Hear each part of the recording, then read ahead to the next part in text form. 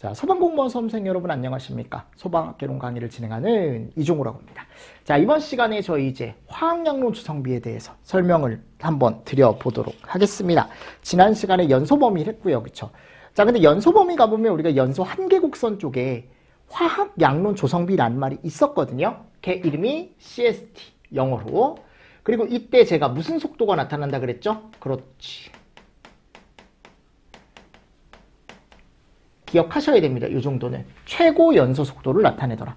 그러면 화학양론 조성비가 뭐냐면요. 여기 보시면 가연성 기체, 가스와 공기 중에 산소, 그죠? 두 개가 섞여 있는 상태에서, 그럼 두 개가 섞여 있는 상태의 이름이 뭐예요? 가연성 혼합기죠.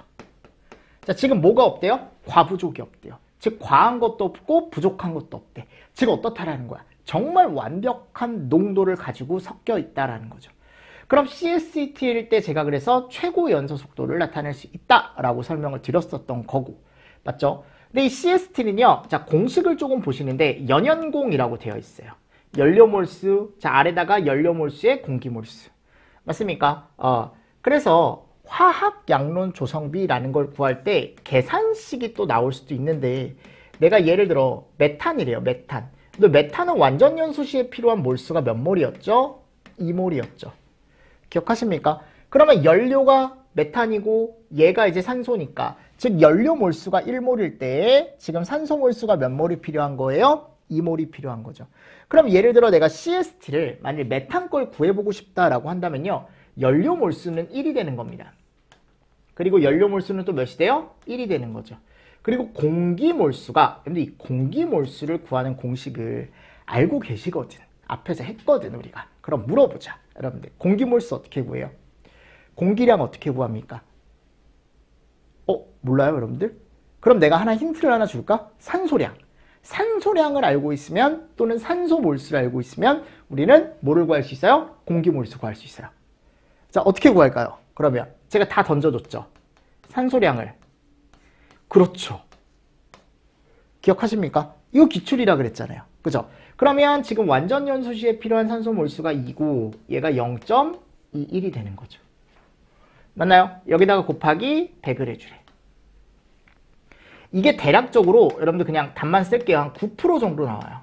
뭐 이런 것도 여러분들 시험 문제가 충분히 나올 수 있겠죠. 근데 아직은 이렇게 나온 적은 없고, 아직은 그냥 멘트로 얘가 정의가 이거다라는 거 정도만 알고 있어도 문제를 풀 수 있게 나왔었어요. 근데 계산 문제로 메탄도 나올 수 있고 에탄, 프로판, 부탄 다 나올 수 있겠죠. 그쵸? 이런 개념들 같이 좀 보시면 될 것 같고요. 자, 이제 두 번째 가볼까요? 우리 두 번째. 화학양론 조성비일 때 영양요소. 이 최소 발화 에너지는 뒤에서 배울 거예요. 자, 얘를 우리가 앞에서 배웠던 활성화 에너지와 비슷하게 보시면 돼. 그러니까 활성화 에너지가 최소가 되고 쉽게 발화한다. 또는 최소 발화 에너지가 최소가 된대요. 조그만 에너지에도 불이 붙을 수 있는, 어떻게 보면 농도가 되는 거고, 완전 연소가 된답니다. 그리고 발열량과 발열 속도가 최대가 된대요. 그죠? 정말 잘 섞여 있다 보니까. 그리고 이 CST를 주고 우리가 하한계와 상한계를 구할 수 있다라고 얘기하는데, 그렇게 하한계와 상한계를 CST 가지고 구할 수 있는 법칙이 존슨 법칙이래요. 그래서 하한계 55%, 상한계 3.5니까 350%. 그쵸?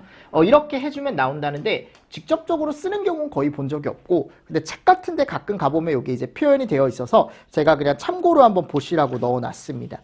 됐습니까? 그래서 화학양론 조성비는 단독으로 나온다기보다 보기로 이제 많이 등장을 했었다라고 제가 말씀을 드리고 싶고. 다음 페이지 가보면, 이제 뭐가 나와요? 다음 내용 가보면 최소 산소 농도가 나오죠? 자, 그럼 보십시오. CST도 그렇고요. 우리가 지금 배우고자 하는 최소 산소 농도, 다 양에 대한 거죠. 지금 물리적인 조건을 계속하는 거야.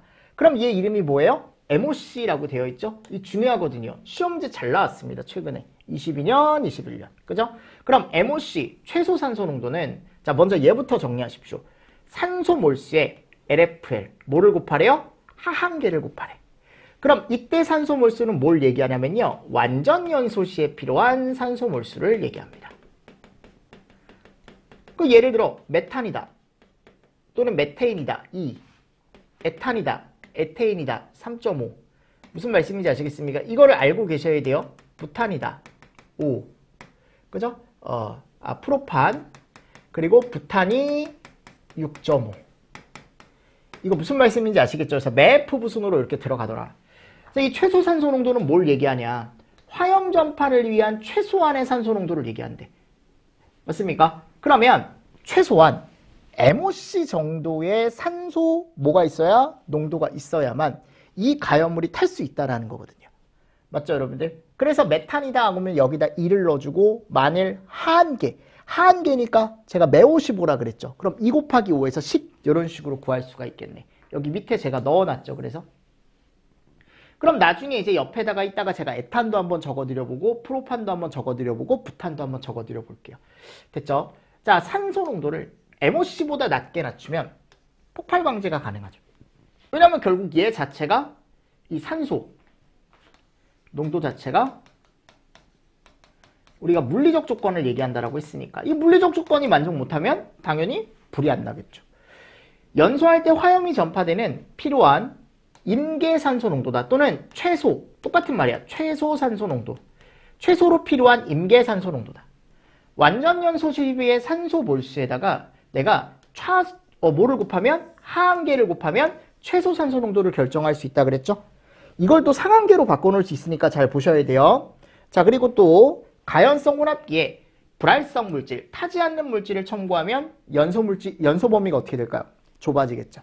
결국 산소 농도가 어떻게 된다라는 거야, 내 말은. 줄어든다라는 거지. 불활성 물질이 들어가다 보니까요.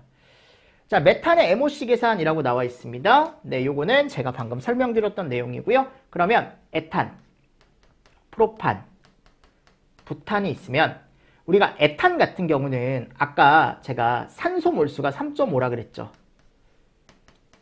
자, 여기다가 뭐를 곱해요? 하한계를 곱합니다. 그죠? 그럼 여기가 몇 프로가 나와요? 10.5. 맞습니까? 자, 프로판이래요. 프로판은 여기가 5죠. 그럼 2.1이거든. 그럼 여기가 5. 자, 뒤에가 하한계예요, 여러분들. 자, 그리고 부탄이죠. 부탄은 여기다가 6.5 곱하기. 그죠? 자, 여기가 1.8이었죠. 그럼 몇 프로? 11.7%. 그죠? 그래서 매F 부순으로 이렇게 내려가더라. 됐습니까? 그래서 오른쪽에 뭐가 나와요? 여기에 MOC 값이 나오더라.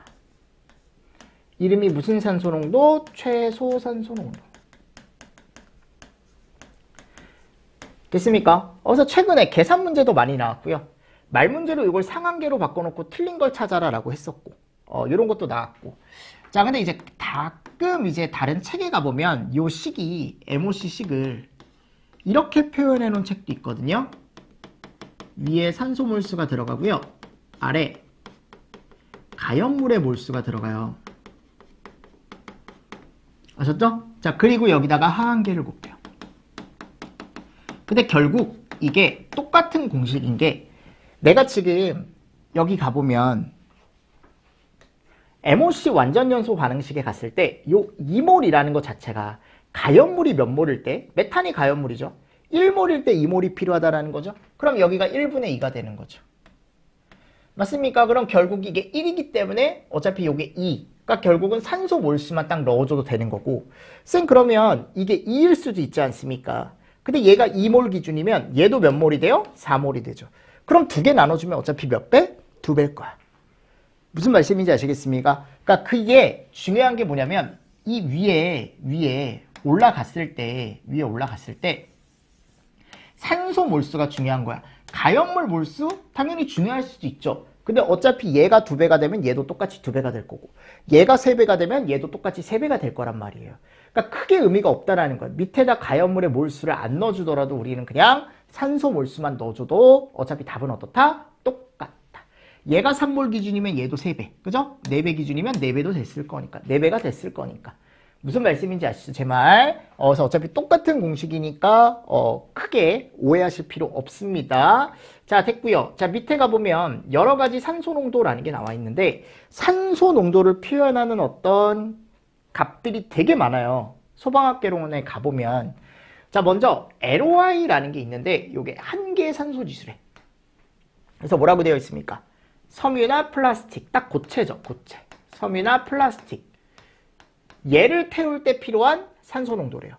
그러니까 MOC보다는 조금 좁은 개념이죠. MOC는 그냥 어떤 가연물을 태울 때 필요한 최소한의 산소 농도였는데 얘는 딱 섬유나 어디 플라스틱, 즉 대표적으로 고체 가연물. 고체 가연물을 태울 때 필요한 최소한의 산소 농도다. 이름이 LOI, 한글로 한계 산소 지수. 자, 이 LOI 산출 공식 산산질이라고 나와 있지만 지금은 그냥 눈으로 보세요 하셨죠? 그래서 산산질 해가지고 곱하기 100 해주시면 된다. 그러니까 결국은 내가 어차피 공기 중에 산소 최적, 산소 최적이 있고 그리고 불활성가스 최적이 있으면 그 두 개를 더하고 그리고 위에다가 산소만의 최적을 넣어서 곱하기 100을 해주면 뭐 나온다. 네, 읽어보십시오. 이거는 나중에 필요하면 가지고 올게요. 지금 당장 보실 필요 없고요. 자, 그럼 이것만 아시면 돼. 내가 어떤 고체 가연물의 한계 산소 지수가 높대요. 즉 얘가 타려면 산소가 많이 필요하다. 그죠? 한계 산소 지수가 높다라는 건 그만큼 많은 산소에 의해서 얘가 탈 수 있다. 그럼 얘는 타는 거야, 안 타는 거야? 잘 타는 거예요? 잘 안 타는 거예요? 잘 안 타는 거죠. 왜냐하면 얘를 태우려면 많은 양의 산소가 필요하다고 했으니까. 자, 한계 산소 지수가 낮대요. 그럼 그만큼 뭐예요? 얘는 한계 산소 지수가 낮다라는 건 그만큼 내가 이 가연물을 태울 때 필요로 하는 산소량이 어떻다? 작다. 적다라는 걸 의미하는 거니까. 그죠? 얘는 잘 타는 것을 의미한대. 맞습니까? 그래서 이런 거 같이 정리를 좀 잘 해주시면 좋지 않을까요? 그래서 한계 산소 지수가 높으면 낮으면 이게 무슨 의미인지. 그래서 가끔 이렇게 이제 고체 가연물 쪽에서 필요한 산소 한계 농도를 우리가 얘기하기도 하는데 걔 이름이 뭐래요? LOI. 이게 나중에 갔을 때요. 여러분들 법규에서 우리가 이런 물품을 배워요. 방염물품. 그 방염물품 쪽에서 이런 한계 산소 지수라는 걸 얘기를 많이 하거든요. 근데 이 방염물품은 뭐가 좋아야 되냐면 불에 잘 견뎌야 돼요. 당연한 거야. 얘가 이제 마감재거든요. 그럼 방염물품은 한계 산소 지수가 높은 재료, 한계 산소 지수가 낮은 재료가 있으면 당연히 한계 산소 지수가 높은 재료를 사용해서 방염물품을 만들어야 되는 거야. 아셨죠? 그래서 나중에 갔을 때 방염이라는 걸 배우기 때문에 그냥 간혹 이제 시험 문제가 나올 수 있다라는 제가 생각이 가끔 들어서 이런 거 하나 넣어 놓은 거고요. 자, 그리고 OB. 산소 밸런스래. 그쵸? 그래서 화학물질로부터 완전 연소 생성물인 CO2, H2O를 만드는 데 필요한 산소의 과부종량. 그러니까 산소가 모자라냐, 또는 산소가 너무 과하냐, 또는 산소가 너무 과하지 않고 적당하냐. 이 산소가 너무 과하지도 않고 또 모자라지도 않으면 우리가 이 OB라는 걸 제로라고 표현을 해요. 그러니까 OB가 제로라는 건 산소의 과부종량이 제로다라는 거니까 너무나 끝내주게 산소가 잘 들어가 있다라는 거예요. 그래서 OB가 0이면 우리는 얘는 무슨 연소라고 얘기하냐면 완전 연소다라고 얘기합니다. 됐습니까? 자, 이게 만일 OB가 1이잖아요. 예를 들어 OB가 1보다 크대. 그러니까 0보다 큰 거죠. 그쵸? OB가 0보다 크다. 또는 OB가 0보다 작다. 자, 이거는 산소가 너무 많은 거야. 산소 과잉. 얘는 산소 부족. 이런 것들 한 번씩 더 보시면서 넘어가 주십시오. 그냥 정의 정도만 보셔도 돼요. 대신에 OB가 0일 때가 무슨 연소다? 완전 연소다. 이런 것 좀 포인트로 잘 가져가시면 좋을 것 같습니다. 됐습니까? 자, 그리고 이제 5번째 볼까요, 우리? 5번. 자, 이름이 뭐예요? 최소 발화 에너지. MI. 영어로 MI입니다. MI. 이름이 최소 발화 에너지. 자, 같은 말이 활성화 에너지. G예요, G. 여러분들 활성화 에너지. 점화 에너지. 그럼 활성화 에너지의 정의가 뭐였습니까? 우리 앞에서 배웠잖아. 활성화 에너지가 뭐예요? 그렇죠. 어떠한 화학 반응을 일으키기 위해 필요한 최소한의 에너지. 또는 그냥 어떠한 반응을 활성화시킬 때 필요한 최소한의 에너지. 그러면 활성화 에너지가 작다라는 건 활성화를 쉽게 시킨다라는 거니까 결국은 어떤 반응 활성화가 잘 된다라는 거니까 연소가 잘 된다라는 걸 의미하고 얘가 크면 연소는 잘 안 되는 거죠. 맞죠, 여러분들? 얘 이름이 뭐다? 활성화 에너지였는데 최소 발화 에너지 비슷한 개념이다. 공식은 한번 눈으로 보시고요. 최소 발화 에너지는 보세요. 가연성 가스와 공기와의 혼합가스의 점화원으로 발화하기 위하여 필요한 최저 에너지다.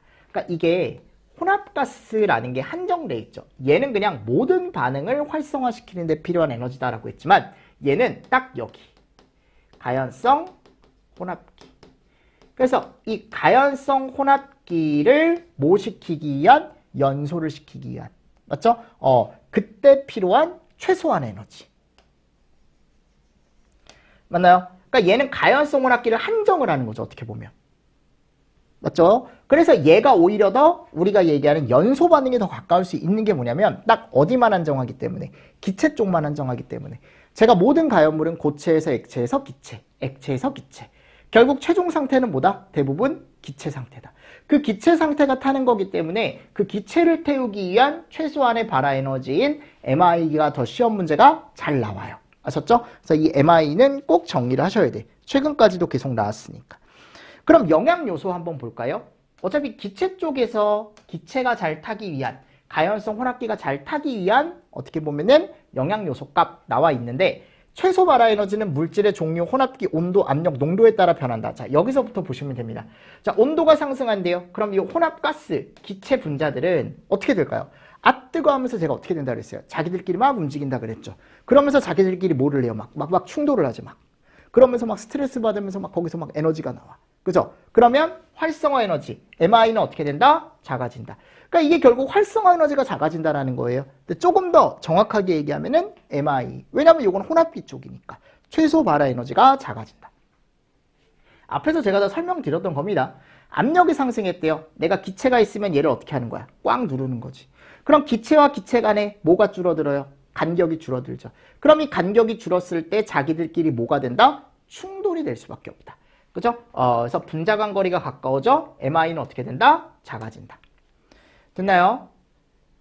다음. 자, 이제 농도가 높대요. 농도가 높다라는 건 원래 기체 분자가 2개 정도 있었는데 내가 거기다가 기체 분자 8개를 더 때려 넣은 거야.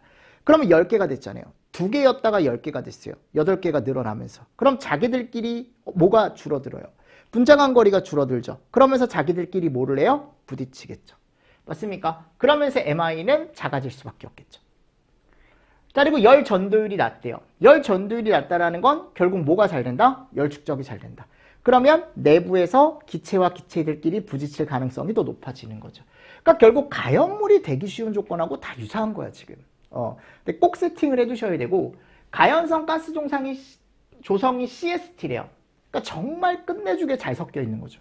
그럼 MI 값은 최저가 되죠. 왜냐면 내가 조금만 얘네들한테 에너지를 주더라도 얘가 반응하기가 쉬워지겠죠. 연소 속도가 커질수록 MI 값은 작아지죠. 맞죠? 그래서 이런 개념들 같이 좀 보시면서 저하고 정리를 합시다. 됐나요? 자, 그리고 나서 이제 6번째 가보도록 하겠습니다. 연소 속도라는 게 나오죠. 자, 보십시오. 자, 연소 속도는 연소시 화염이 미연소 혼합가스, 아직 타지 않은 혼합가스에 대해 수직으로 이동하는 속도다. 단위 시간의 면적당 가스가 얼마나 나오는지로 표현이 가능하고 화재 시 단위 시간당 소비되는 고체 및 액체의 질량, 즉 가연물이 얼마나 시간당 깎여 나가는지, 깎여서 열분해돼서 없어지는지, 걔를 우리가 뭐라고 한대요? 연소 속도라고 얘기한답니다. 그래서 내가 예를 들어 여기 이제 가연물이 이렇게 있다라고 합시다. 가연물이 이렇게 있는데, 자, 얘가 이제 타는 거죠. 그럼 타게 되면 얘 자체가 이제 고체다 보니까 뭐가 돼요? 열분해가 되겠죠. 그 열분해가 되면서 여기서 뭐가 나와요? 이제 가스가 나오죠. 가스. 그럼 가스가 나오고 얘에 의해서 가연성 혼합기가 형성이 되면서 여기에도 이제 뭐가 붙을까요? 이렇게 이제 불이 붙겠죠. 맞습니까? 자, 근데 이 가연성 혼합기 타는 거 외에 이미 위쪽에도 틀림없이 뜨거운 공기가 위쪽으로 빠르게 올라갈 거니까 아직 타지 않은 뭐가 있을 거다? 미연소 가스가 있을 거다. 근데 얘도 충분히 추후에 탈 수 있는 애죠. 그죠? 그럼 이 불꽃은 어느 쪽을 타고 올라가요? 이 미연소 가스를 태우러 계속 위쪽으로 올라가겠죠. 그러면서 이 가연물은 더 타기 쉬워지는 거고. 그래서 이 가연물 자체가 타는 속도를 우리가 이런 식으로 표현을 한대. 화염이 미연소 혼합가스에 대하여 수직으로 위쪽으로 이동하는 현상이다. 또는 이동하는 속도다라고 얘기하고 또 이렇게 한번 생각해 보실래요? 연소 속도가 빠르다라는 건 가연물이 열분해가 빨리 돼서 얘가 어떻게 된다라는 거야. 빨리빨리 없어진다라는 거죠. 그래서 또 뭐라고 얘기한대요? 시간당 소비되는 뭐의 양? 가연물의 양. 그죠? 얘를 뭐라고 한대? 연소 속도라고 얘기한대요. 시간당 얘가 얼마나 빨리 날아가서 열분해가 되느냐. 얘를 또 우리가 연소 속도라고 얘기한답니다. 맞습니까? 자, 그리고 연소 속도는 이렇게 표현이 가능하대요. 요거는 제가 이따 화염 속도 설명드릴 때 같이 설명을 드릴게요. 지금은 정의 정도 보십시오. 그러니까 연소 속도를 정말 우리가 쉽게 얘기하면 그냥 가연물이 연소하는 속도예요. 맞잖아요, 여러분들. 가연물 자체가 이렇게 있는데 얘가 얼마나 빨리 타서 없어지느냐를 우리는 연소 속도라고 얘기하고 요거를 조금 유식하게 표현하면 이런 식으로 표현이 가능하다라는 거지. 됐죠? 그래서 최근에 뭐가 나왔어요? 요 영양 요소가 나왔잖아요. 특히 앞에 요 네 가지. 자, 보십시오. 결국은 이 연소 속도에 영향을 줄 수 있는 건 얘가 정말 큰 영향을 주겠죠. 이 가연물이 정말 잘 타는 가연물이냐 아니면 타지 않는 가연물이냐에 따라 연소 속도는 천차만별일 거예요. 잘 타는 가연물이면 당연히 연소 속도가 빠를 거고 잘 타지 않는 가연물이면 연소 속도가 느리겠죠. 그렇죠? 그래서 여기가 보면 가연물의 양, 표면적이 클수록 또는 그 가연물이 휘발성이 클수록 연소할 때 어떻게 할 수 있는 일 또는 연소열 연소시에 나오는 일 또는 이 열의 일의 종류가 또 열 이런 것들이 클수록 연소 속도는 증가할 수밖에 없고 자 그리고 주변에 뭐가 있대요? 촉매가 있대요. 촉매가 있다라는 건 그만큼 가연물이 타는 속도를 빠르게 할 수 있는 물질이 있다라는 거야. 그래서 촉매가 있느냐 유무 또 그 촉매가 얼마나 있느냐 농도 당연히 영향을 주겠죠. 맞죠? 그래서 촉매는 기본적으로 활성화 에너지 또는 최소 발화 에너지 얘네들을 어떻게 해줄 수 있는 애들이에요? 낮춰줄 수 있는 애들이죠. 그러니까 촉매가 들어가게 되면은 그죠? 어떻게 되면은 연소 속도가 증가할 수밖에 없겠죠. 또 가연물의 농도가 아니고 여기 촉매의 농도가 높으면 높을수록 연소 속도는 증가할 수밖에 없겠죠. 당연한 거죠. 그죠? 자, 그리고 공기 중에 산소량. 그러니까 이게 산소가 주변에 많으면 많을수록 가연물은 잘 탈 수밖에 없겠죠. 연소 속도 증가한다. 네 번째. 가연물과 산화제의 혼합비, 당량비. 자, 가연물과 산소가 얼마나 적절히 잘 섞여 있느냐. 얘가 또 우리 입장에서는 되게 중요한 역할이 되겠죠. 그렇죠? 그래서 가연물이 너무 많아도 안 되고 산소가 너무 많아도 안 되고 그러니까 그 중에 하나가 또 모자라도 안 되고 두 가지가 어떻게 돼 있어야 돼요? 적절하게 혼합이 돼 있어야죠. 그 혼합비를 우리가 다른 말로 당량비라고 얘기한다고요.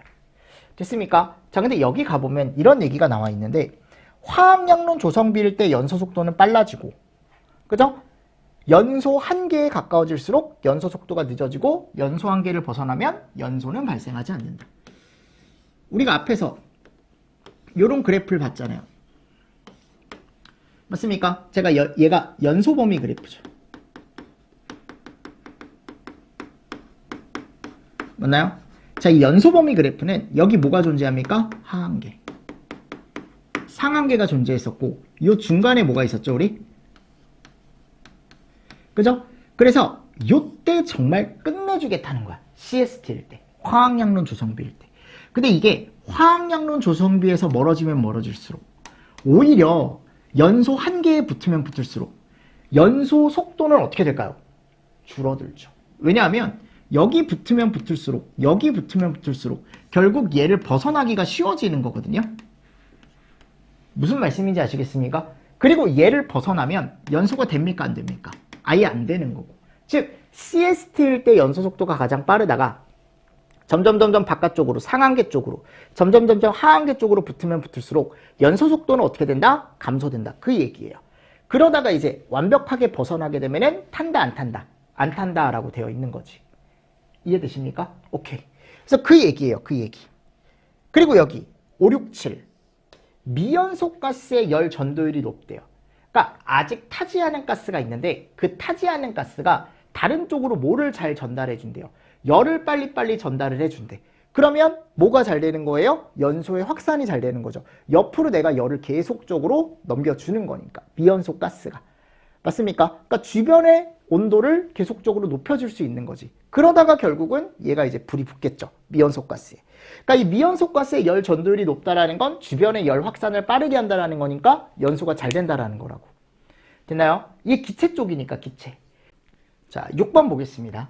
미연소 가스의 밀도죠. 밀도가 높을수록 열 용량이 커져서 연소 속도가 늦어진다.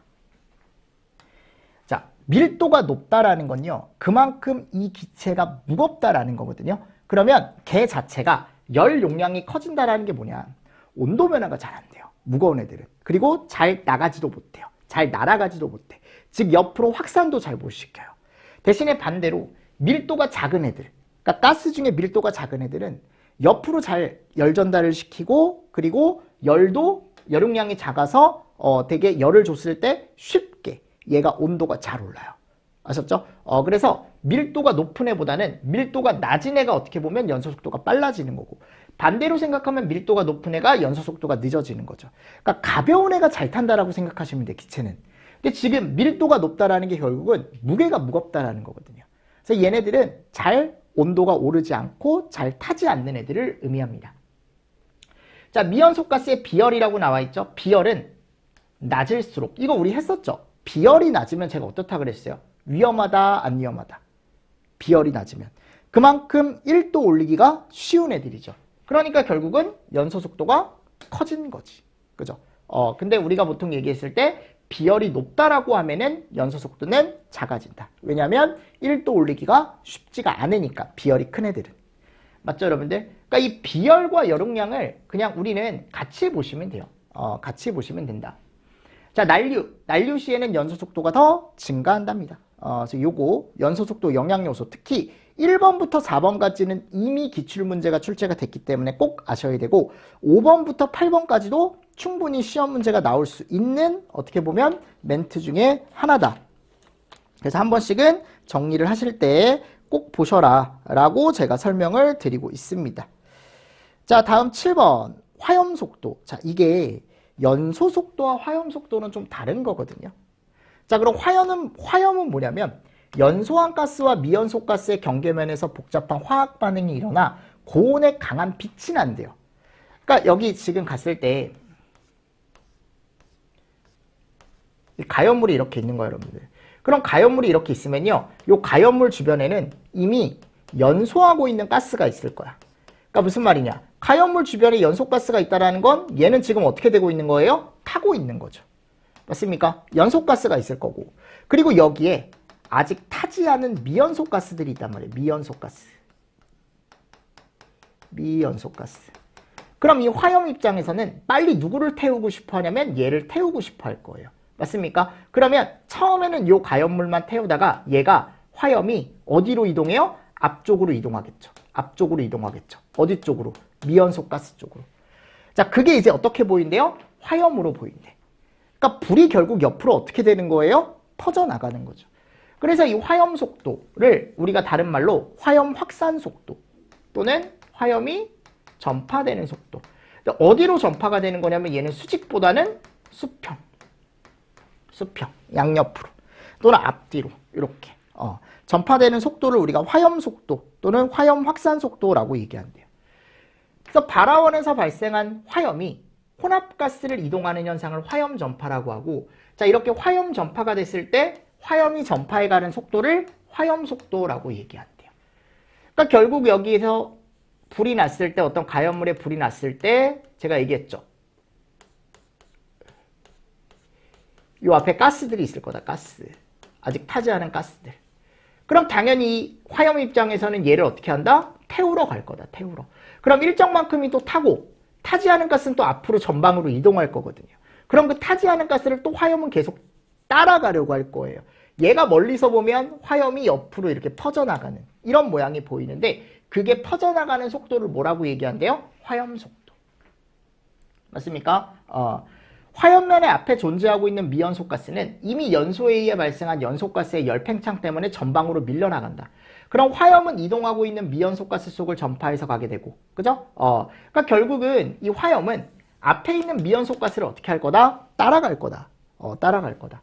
그래서 우리가 보통 이 화염 속도다라고 얘기하면은 뭐라고 얘기하냐면 이 가연물이 타는 연소 속도에다가 그죠? 결국 여기서 이제 불꽃이 나올 수 있는 거고 요 앞에 지금 뭐가 있어요? 아직 타지 않은 가스가 있죠. 얘를 따라가는 요 속도. 얘를 우리가 뭐라고 하냐면 화염 속도라고 얘기하는데요. 이걸 식으로 표현하면 연소 속도 플러스 미연소 가스가 어디로 나가는 속도? 앞으로 나가는 속도. 그러니까 결국 술래잡기 하는 거야. 여기에 지금 불이 났잖아요. 그죠? 여기 하나에만 불이 났지만 요 앞쪽에 미연소 가스가 있다면 요 미연소 가스를 잡으러 화염이 앞으로 어떻게 보면 저 새끼 잡아라 라고 하면서 이제 쫓아가는 거지. 미연소 가스를 쫓아가면 그 미연소 가스 입장에서는 타기 싫으니까 앞으로 이동하는 것도 있고 또 일정만큼 또 타는 것도 있겠죠. 그죠? 그래서 얘가 이제 멀리서 보면은 얘가 이렇게 앞으로 이렇게 쭉쭉쭉쭉 이동을 하는데 그 이름이 무슨 속도다? 화염 속도다. 그리고 얘를 식으로 표현하면 연소 속도에 뭐를 더한다? 미연소 가스의 전방 이동 속도를 더하면 나오더라. 그러면 연소 속도를 표현하려면 우리가 어떻게 얘를 넘겨줘서 화염 속도는 그죠? 화염 속도 빼기 미연소 가스의 전방 이동 속도는 뭐다? 연소 속도다. 이렇게도 표현하기도 한다고요. 됐습니까? 아직 화염 속도 시험 문제가 나온 적이 없습니다. 아직은 없지만 그래도 정리를 해주실 필요는 있겠죠. 기본적으로 연소 속도가 더 중요하니까 같이 정리를 좀 잘 해주시고 자 뒤쪽에 이제 제가 연소 용어를 몇 개를 더 넣어놨거든요. 8번째가 보면 뭐가 나와요? 열 방출 속도. 자 얘는 열이 방출되는 속도겠죠. 어려운 개념은 아니에요. 그래서 뭐 연소 속도에다가 연소 열을 곱하고 그 가연물이 기화되는 면적을 곱했을 때 킬로와트라는 HRR 열 방출 속도가 나온대. 즉 가연물이 있을 때 열이 많이 나오고 열이 거기서 방출되는 속도 그렇죠? 걔네들이 빠르면 연소가 잘 되는 애일 거고 반대면 연소가 잘 안 되는 애일 거고. 그럼 여기 개념 정도 정리를 합시다. 화재의 상장 및 확대를 발생시키는 가연물의 특성은 연소 속도, 열 방출 속도, 연료에서 생성되는 총 유한 에너지 이런 것들이 이제 나올 수 있다. 근데 연료로부터 열 에너지가 얼마나 빠르게 나오는지를 우리가 뭐라고 한대요? 열 방출 속도라고 얘기한답니다. 즉 가연물이 있을 때 거기서 나오는 열 에너지의 방출 속도를 열 방출 속도라고 얘기하는 거죠. HRR의 크기는 연소 속도나 연소 열에 따라 달라지겠죠. 즉 연소 속도가 크거나 연소열이 크다라는 건 그만큼 열 방출 속도가 크다라는 거고 열 방출 속도가 크면 연소 속도도 빠르고 연소열도 큰 거예요. 맞습니까? 자 그리고 연료 지배형 화재에서는 자 연료 지배형 화재는요 뒤에서 배우겠지만 연료량에 의해 화재의 크기가 결정되는 화재거든요. 그러니까 결국 여기서는 연료지배형에서는 뭐가 중요한 거냐면 가연물의 어떤 양이라던가 또는 가연물의 어떤 성상이 중요한 화재예요. 즉 연료에 따라 그 연료에서 나오는 열 방출 속도에 따라 충분히 화재의 어떻게 보면 크기가 변할 수 있는 화재거든요. 그래서 연료지배형 화재에서는 이 HRR이 엄청 큰 영향을 미칠 수 있다. 그 화재 크기나 이런 거에 아셨죠? 이런 거 한번 읽어보시고 자 HRR의 영향인자 연소열이 증가할수록 연소시 나오는 열이 많을수록 HRR HRR 그죠? 열 방출 속도도 증가할 거고 연소 속도가 빠르다라는 것도 마찬가지 HRR 증가하겠죠. 연소 효율이 증가한다? 즉 내가 효율이라는 건 내가 만일 이게 70%래요. 연소 효율이. 그럼 얘가 무슨 말이냐? 얘가 원래 낼 수 있는 열이 얘가 탔을 때 원래 낼 수 있는 열이 10인데 이게 실제 나왔을 땐 7 정도의 열이 나왔대요. 그러니까 3은 어떻게 된 거야? 없어진 거죠. 그러니까 이게 이제 주변으로 날아가 버린 거야. 어떻게 보면. 아니면 자연적으로 손실에 의해서 없어지거나. 그러니까 원래는 10 정도 낼 수 있는 가연물인데 얘가 어떤 손실에 의해서 7 정도 나온 거죠. 그러니까 이게 연소율이 높다라는 건 결국 얘가 80이면 7이 아니고 8을 낼 수 있을 거 아니에요. 그쵸? 그러니까 이 효율이 좋은 애들이 조금 더 내가 어떻게 보면은 바깥쪽으로 방출할 수 있는 열의 양이 많아지는 거죠. 됐죠? 그래서 이런 것도 같이 보시고 읽어보십시오. 다음 9번. 열관성. 물질의 연결다리를 했을 때 온도를 상승시키는 데 필요한 에너지량이다. 이렇게 보시면 돼. 열관성이 크면 연소가 잘 안 돼요. 열 관성이 작으면 연소가 잘 되거든요. 그러니까 정말 쉽게 뭐라고 생각하시면 되냐면 이 관성이라는 걸 보셔야 되는데 관성은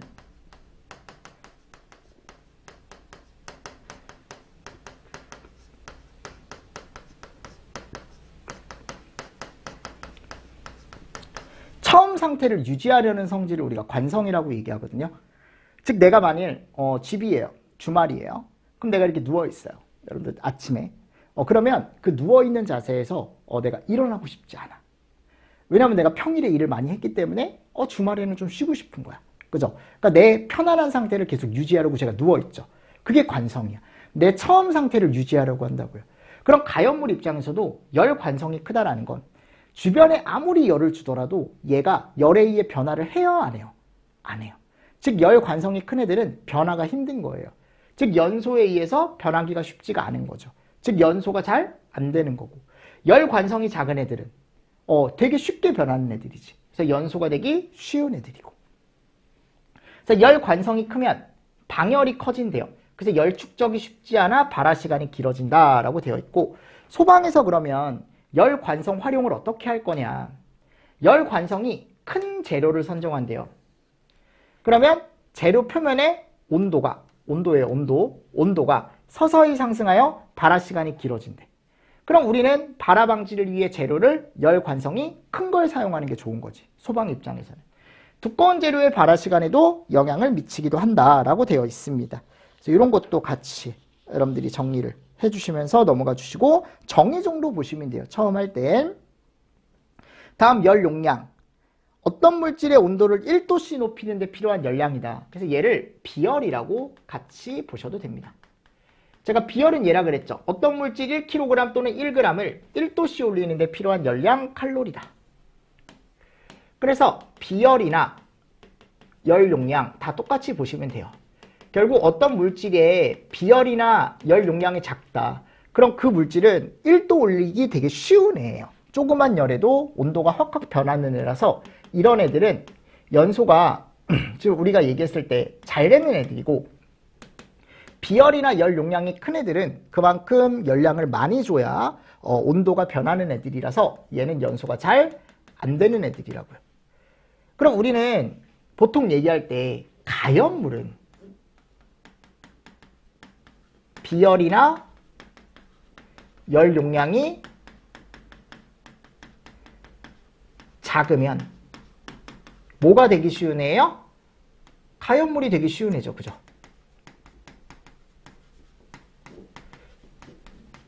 즉 뭐가 잘 된다라는 거야 결국은 얘가 잘 된다라는 걸 의미하고 맞습니까? 그래서 자 소화약제는 얘가 큰 게 좋은 거야. 연소가 잘 안 돼야 되니까. 맞습니까?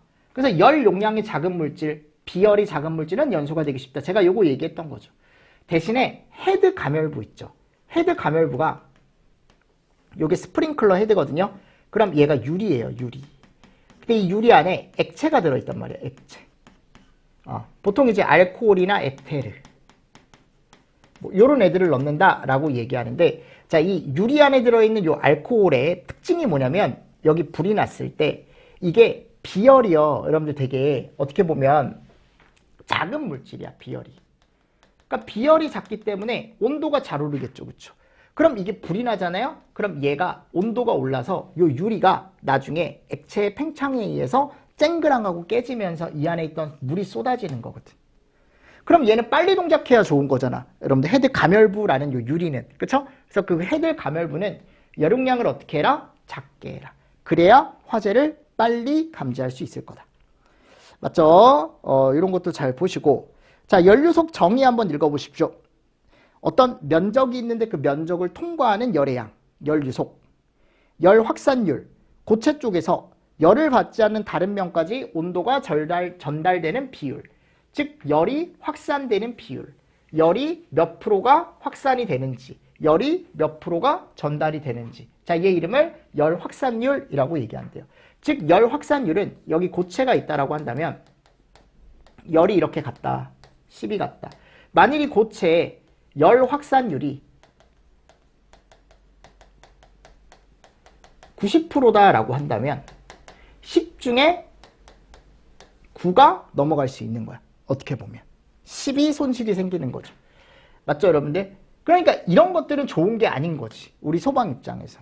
왜냐하면 이 고체는 열이 10이 들어갔을 때 1 정도가 얘가 어떻게 보면 줄여주고 9는 그대로 반대쪽으로 넘어가게 하니까 열 확산이 잘 되는 거죠, 솔직히 얘기하면.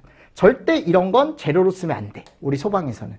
이렇게 되면 연소 확대가 너무 빨리 되다 보니까 10이 들어가면 뭐 예를 들어 1 정도? 그러니까 90% 정도를 얘가 먹어줄 수 있어야죠. 그래서 우리가 보통 뭐라고 얘기하냐, 연소 확대 방지와 실내 마감재 선정 시 고려를 한대요. 그럼 이때 열 확산율은 큰 게 좋은 거야, 작은 게 좋은 거야? 재료 입장에선 당연히 작은 게 좋은 거죠.